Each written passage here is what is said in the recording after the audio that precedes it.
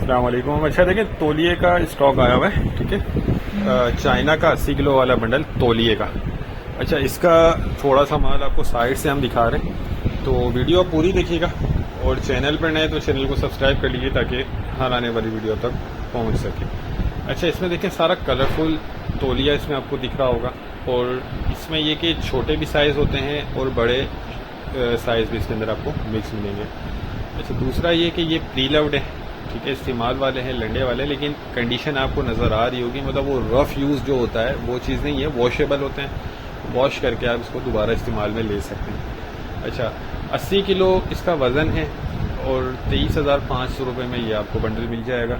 बहुत ज़बरदस्त स्टॉक है और इम्पोर्टेड होता है ये, ठीक है, चाइना का है।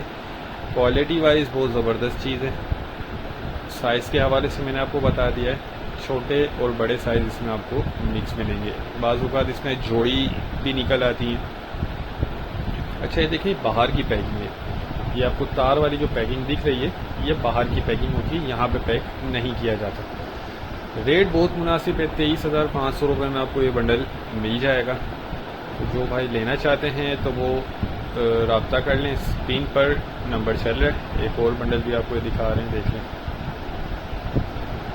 कंडीशन वाइज वो ज़बरदस्त चीज़ है और बाकी प्री लव्ड होता है, थोड़ी बहुत आपको लाजमी गुंजाइश रखनी होगी।